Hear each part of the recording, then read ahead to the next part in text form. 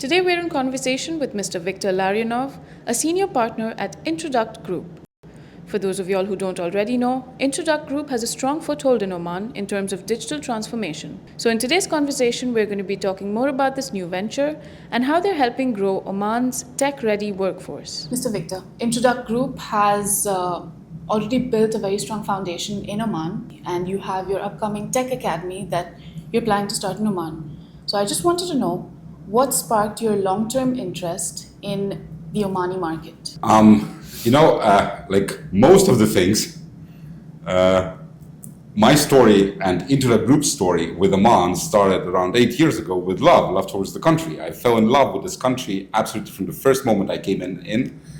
And it's actually hard to particularly tell what was specific with that love, but I fell in love with the entire country. I fell in love with people. I fell in love with openness. I fell in love with nature. I fell in love with lifestyle. And the moment I off-boarded the plane, I remember that day, up to today, 8 years ago, I was thinking to myself that this is the country we want to expand and we want to do the business. And like most of the love stories that develop into business story as well, right? Because interests, they take place, right?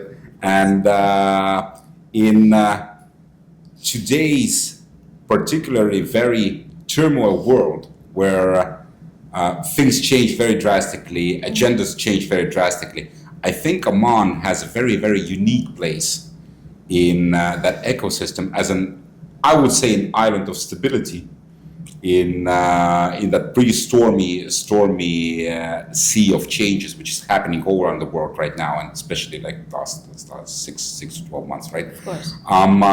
So in that sense, I think in Oman there's, at least for us as Introduct Group, a unique combination of like a true love for the country and a very clear business interest towards stability. As you know, money loves silence and loves stability. So that's honestly very clear. The most beautiful answer we've ever gotten from any one of our interviewees. The Introduct Academy's model in Kiev focuses on building job-ready engineers with real-world skills. Now, when you expand this concept to Oman, how do you plan to tailor this for the Omani market? I think one of the most important things we need to focus on is to take the best parts. We do think like our model is very unique. What we're doing is very unique. We need to adapt that to the local culture, and we need to adapt that to the way how the Omani market itself works. Okay. That's not a secret. Let's say that the things I fell in love with when I came into Oman is what makes the business climate, the way how things are being done, slightly different than we're doing back home. Back in Estonia, back in Ukraine, back in Poland, it makes things different. So let's say if we're talking about the way how we do things in Europe, that is quite aggressive, let's say, in a sense. Very speedy, quite aggressive. For a very simple reason, because we need to deliver the results, right? So we'll get into that, sure, into the next parts, but I think we need to soften the lines somewhere and harden the lines in other places. Okay. Which is very natural, because every time you expand to a different country, to different culture, you need to adopt to that. You don't come to a different culture, to different people with your agenda. You need to adapt to the local realities, and that's what we're very clear into doing. And I believe that 8 years here in Oman spent doing various government projects, delivering things for the government, delivering things for the private sector. I think that's a very, very sound foundation to help us to adopt our experience and bring, let's say, the best parts from what we learned back home here to Oman, and to naturally meld that into the local culture. Okay. Now, you said the best parts of what you learned back home. Can you elaborate on that a little bit? What are the best parts? One thing is, let's say, I think one thing which is very unique with what we are doing is the whole essence of the training part. We intentionally avoid the word training, Okay. and we're going to the word capacity building. Okay. Because, in a sense, take a very simple aspect. When you're buying the training, you're literally buying a service which, in a sort of, puts some sort of knowledge into the head of your trainees, right? That's what you're doing. Yeah. But is it what you actually want? Is it what you're actually pursuing? If you take from a business perspective, no.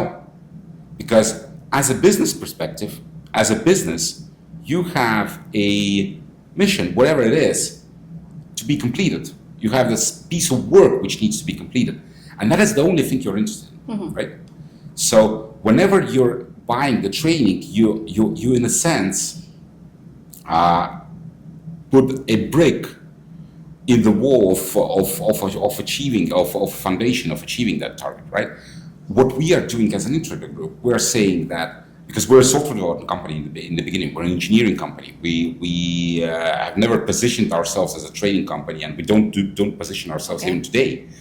What we are saying is that we will come and we will deliver you a guaranteed result, so that we're basically putting our wallet where our mouth is, and we're saying that we will deliver you a guaranteed result that those people will achieve your business targets, right? So we're not telling you that we will deliver you the training, or we're not saying that we will deliver. We will do whatever it takes within that period of time of capacity building to get those people to deliver on the mission which you as a business require. Okay. And that's in our core belief that's what you actually want. That Absolutely. You don't, as a business, you're not very interested in let's say, training people or doing this or doing that. You're interested in achieving your mission, and that's what we're helping to do. Okay. So you have capacity centers in Ukraine, Estonia, Poland, Kiev.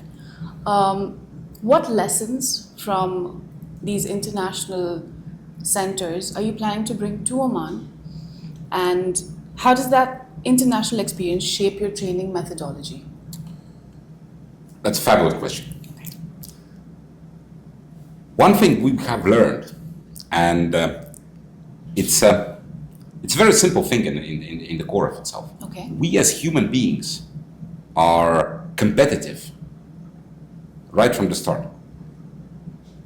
It comes from the early age when we compete for that toy on the playground, goes all the way down, all the way up to our adult life, and even in the older age, right? It's just the different types of competition. Yeah.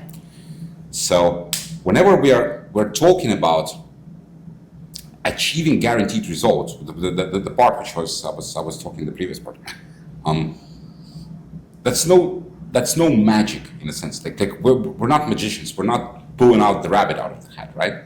So there's a very clear foundation on how those guaranteed results, how we can guarantee the customer, and that's not empty promises as well, how we can guarantee those results. And we're building that foundation exactly on that competition model. Okay. So what we are saying is that if you take a random person from a street to become a jet propulsion engineer, for example, with guaranteed results, taking them an unlimited amount of time and a limited amount of money, you can achieve that.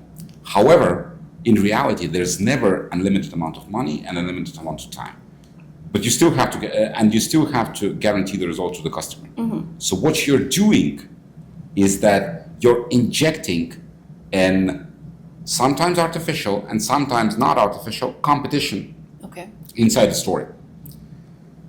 What we are saying is that in order to train one engineer of required capacities and capabilities, proven, we will train 3. Okay. And out of 3, we will pick one who is the best one. Okay.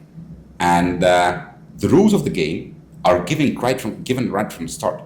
So we're telling those engineers right from the start that, dear ladies and gentlemen, it's 3 of you today. In the end of the story, there will be only 1 of you, but the best one. And that plays on this initial and crucial role in our psychology about the competition. Absolutely. The one that comes from the childhood. Another interesting concept into the story is that, and this is by the way one thing which was very, very unique for us to learn, is that on the contrary, you could imagine that when you tell the people in the beginning that, guys, it's free of you, but there will be only one in the end, people start to fight, right? Yeah. That's a natural thing.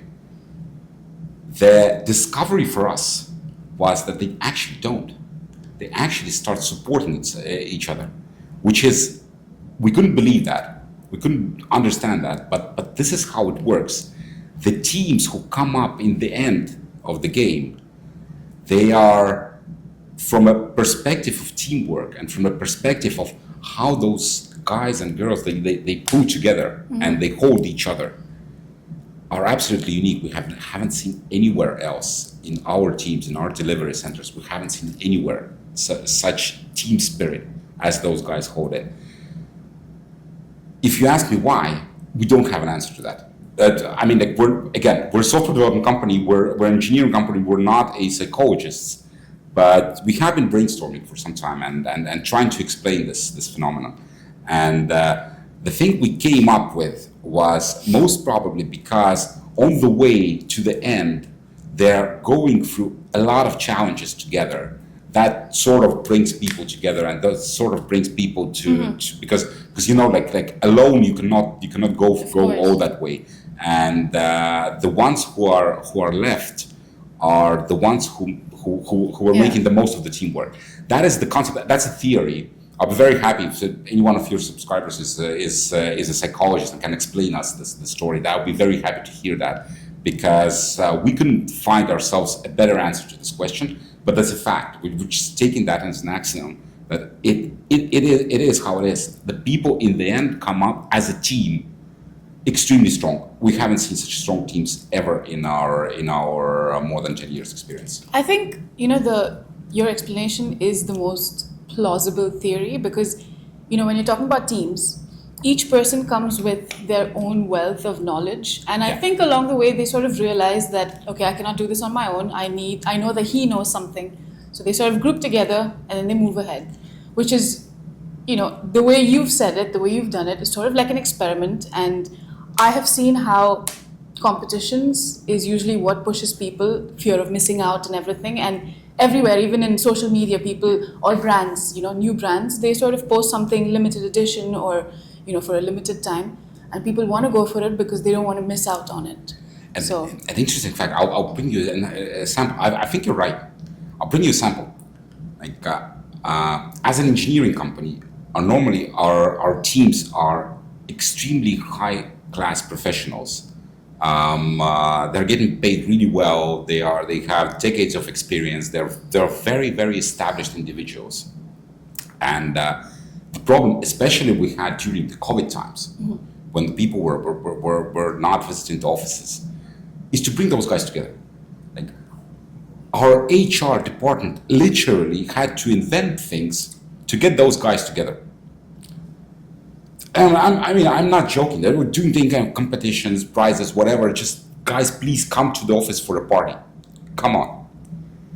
Now, with those guys, from the training part, in Estonia, they used to sit in a separate office. When we started, we rented a separate office for them.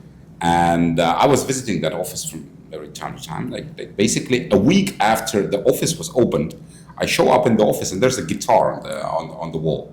And I was okay, and I'm asking the general manager there, that what's the guitar doing here? She said, like those guys have parties on Fridays and whatnot.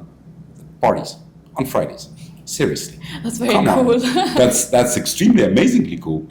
And then, like, when the time passes, then they have parties on Fridays, then they have parties on Wednesdays, and then every evening now and then, people who stay in the office, they have a separate party as well.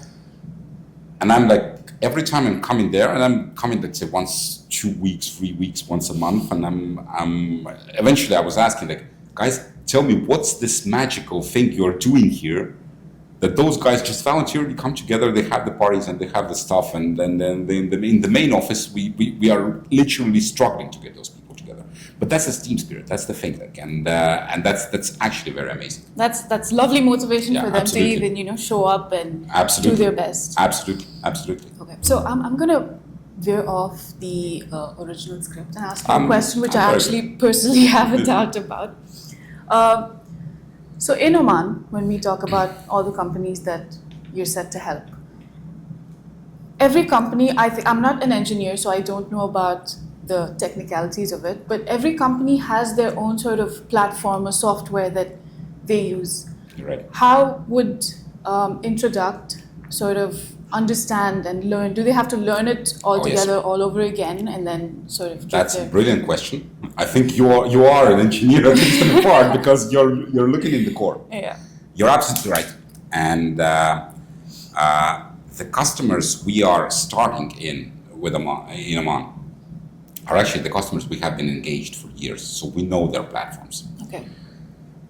See, there's another important angle to this story, is that if you take modern software development platforms, right? There's a lot of things there, and let's take as an example the Java programming course, right?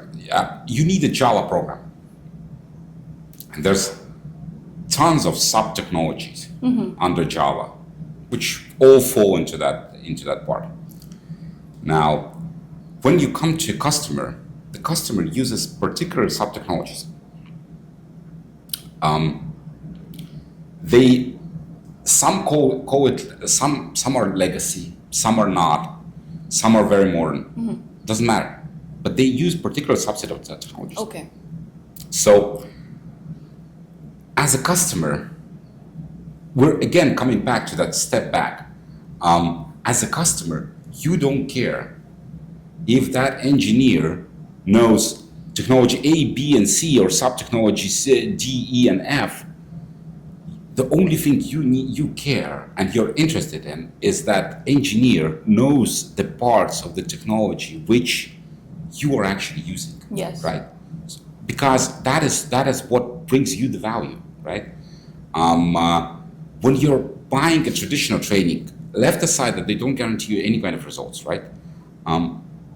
They're teaching the whole curriculum. So that engineer knows a very wide field. Excellent. That brings you zero value as an employer, because you are interested in particular those parts, and you are interested in particular those parts applied to your exact situation and your exact products and your exact platform.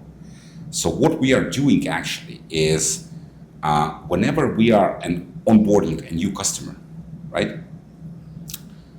The whole program is built for that customer. Of course, we have a basis, but the whole program is built for that customer.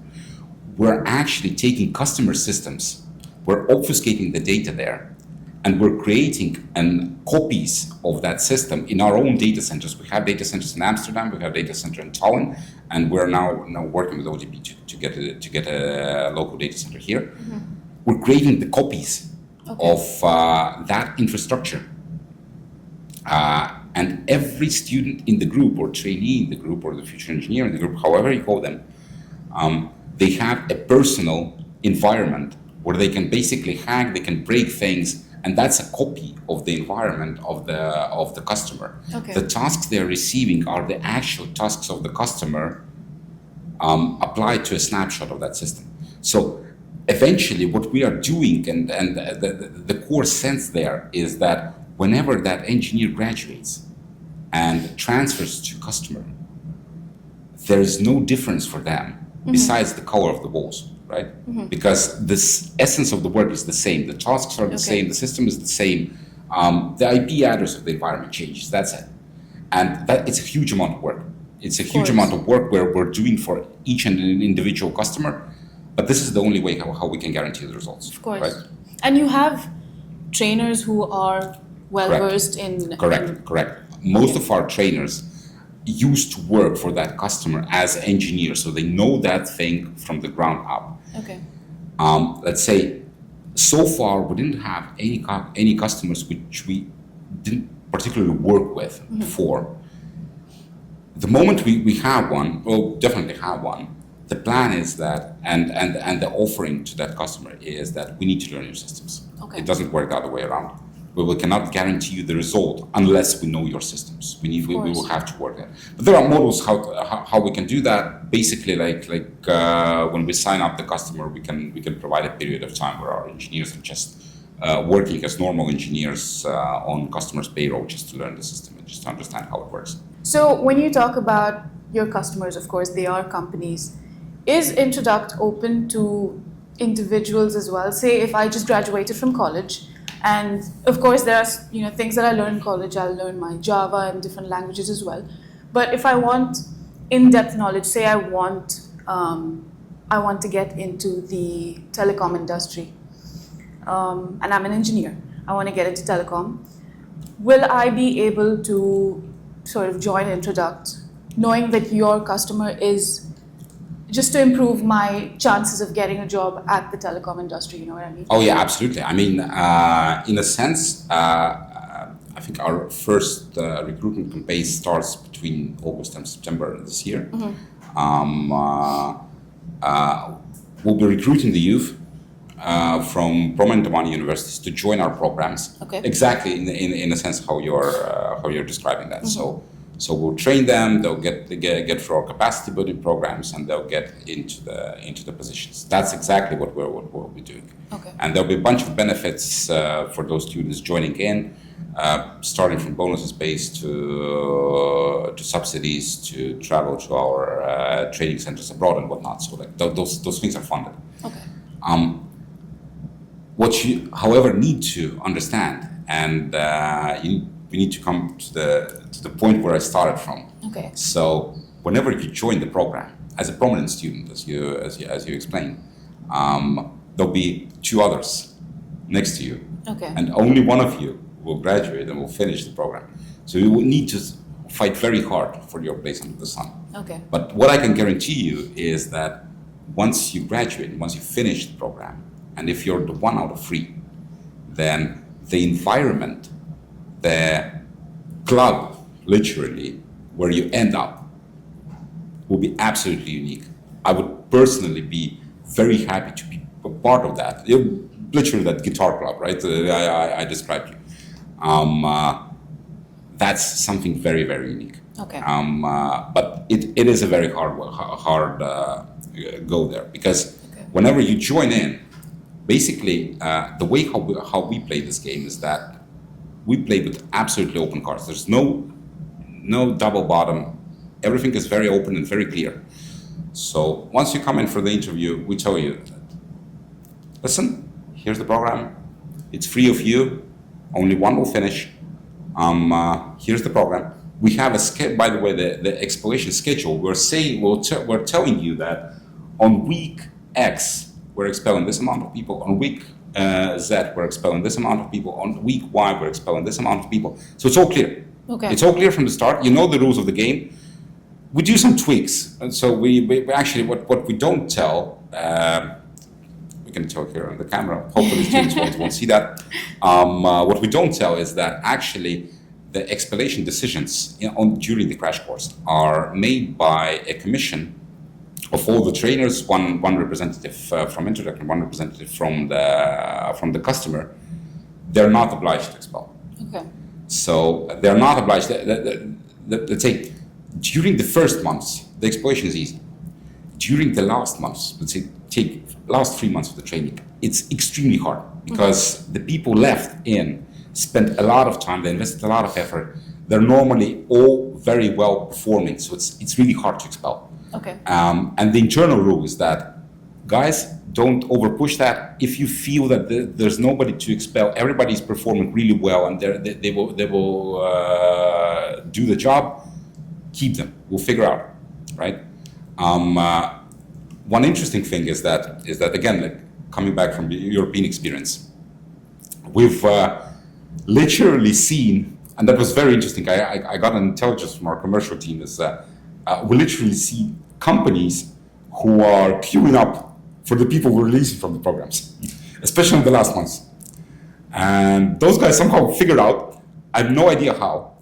And I was asking, that's really fresh news. It's like 2 weeks ago.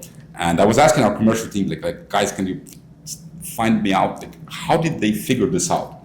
But they are lining up for the last month's expelled candidates to pick them up and get the best of the best. Yeah. Exactly, and that's amazing. And we are saying that we'll figure out the way. Just don't expel in that case. If you feel that it's those people are correct, then it's all good. Okay. But you need to be ready for that part. Absolutely. You're setting up a new capacity center in Muscat. Correct. What is your vision for this? Are you looking into R&D, system integration, or even supporting digital policy advisory? Whenever it comes to the policy parts, we try to keep ourselves away from that. I don't think we're competent in, or at least, I don't feel myself competent in terms of whatever comes for the policy parts, right? Okay. I'm a normal citizen, and then in the evenings at the kitchen, I can always discuss the policy parts with the family. But that's basically where my policy knowledge ends up, right? What concerns the R&D center and that part, let's say we do have a dream. Our dream is that with all of these capacity building efforts, both for our customers and for ourselves as well, we are dreaming that one day the delivery center in Oman will be actually with Omani developers and engineers who will actually serving our overseas customers. That'd be lovely. And that is the idea. Let's say when this day comes in, I would say that the mission for which we are here is accomplished. And let's say that is, in a sense, we started this conversation that the story with Oman began with love, and this is the story. This is the part where basically we can give love back to Oman. A full circle moment. Absolutely. That's the part. I think we are years away from that part. However, we're definitely strongly moving there. Okay. So the end objective of our mission here in Oman is to build an R&D center which will be serving our customers abroad, so basically exporting. Okay. For time being, yes, we are concentrating on the Omani market, but our idea is that we can bring this exceptional talent which we're building here in Oman, we can introduce that to our customers abroad. Okay. And this test center here, when do you think we can expect to have the first intake? Our current plan is that between August and September, the first students will be joining the programs. Okay. And our expectation that the first graduates from those programs will be already by the end of the year, or let's say early spring next year. So these will be the first graduates. How it works is that normally, again, our statistics, we believe that this statistics can be extrapolated to what will happen in Oman, shows that whenever you get the group, during the first weeks, you can identify the brightest talent in that group. It normally is between 4 to 8%, not more. Okay. But you can identify those people immediately. And you can say that these people will finish before the deadlines. Those people will be exceptionally successful. For those people, you can predict those things. So we believe that those exceptionally talented people, 4 to 8% of the group, will finish ahead of the deadlines, end of the year or early spring, between that. Okay, now we move on to our last question. Absolutely. Many in Oman talk about the need for a local tech ecosystem, not just imports. How does Introduct plan to nurture local open source contributions, API first development, or even Omani-led product designs? Well, in the previous question, we started off with that. Our dream is that our R&D center in Oman will be serving our customers abroad. Customers like Kuhn+Nagel Group, like DHL, all those big names, right? So essentially, our contribution and our return of the love to Oman is on the day when our prominent Omani engineers who are trained here in Oman in our capacity centers and who are working for us are serving our dear customers in Germany or in the United States or in any other part of the world, right? So this is the dream, this is the contribution. Now, speaking of the local tech environment, I think, and that's my personal opinion based on observations which I have seen, is that the local tech scene or the community here in Oman is extremely undervalued. So the common saying and the common wording is that we need to develop that, we don't have that and whatnot. I know exceptionally brilliant companies, world-class companies in Oman, operating out of Oman, building exceptional technology, doing world-class investments into technology, building things which are actually on the bleeding edge of the technology, right? Things like the gene bank being developed here in Oman. Now, a few companies doing cutting-edge AI. I mean, not the chatbot things, right? You know, like normally, whenever anyone speaks of AI, they talk about generative AI, the chatbot things and ChatGPT, right? But those guys here in Oman today, right now as we speak, they're building bleeding edge AI technology on the level they're doing in Palo Alto, in other parts of the world, right, in Zurich. So these guys, I think that one of the things which should change is the move from thinking that Oman only imports the technology to a thinking that actually Oman already today has achieved a level where at certain parts Oman exports the technology, which is extremely good, extremely valuable. I would dare to say that in the industries which are particularly common to Oman and which are foundational to Oman, for example, oil and gas, the things they are doing there it's not only technologically exceptional, it's, I would say in some parts, literally trailblazing. So in a sense, I would say that one part of that question is definitely the rhetorics, and the rhetorics should change. Okay. And more focus should be given to those companies. And by talking about those companies, they're not foreign companies. They're local Omani companies started by local Omani people and doing absolute world class. I remember one meeting I had, we're not doing advertising here, so I cannot name the names, but I remember one meeting I had, it was maybe a year ago. I was meeting one local prominent investor here in AI, Okay. an Omani guy. We had a conversation over coffee, and we finished the conversation. I sat in my car and make the call to the guy who connected us.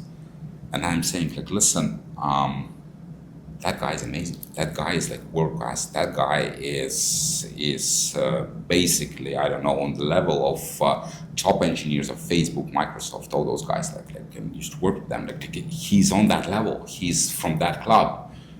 And the guy who connected us literally says, yes, he is.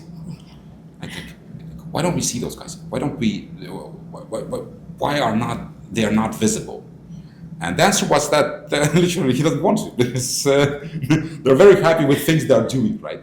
And they're actually having contracts with BDO, right? And doing some cutting edge AI technology for the oil and gas industry, doing some cutting edge technology for the gene bank as well.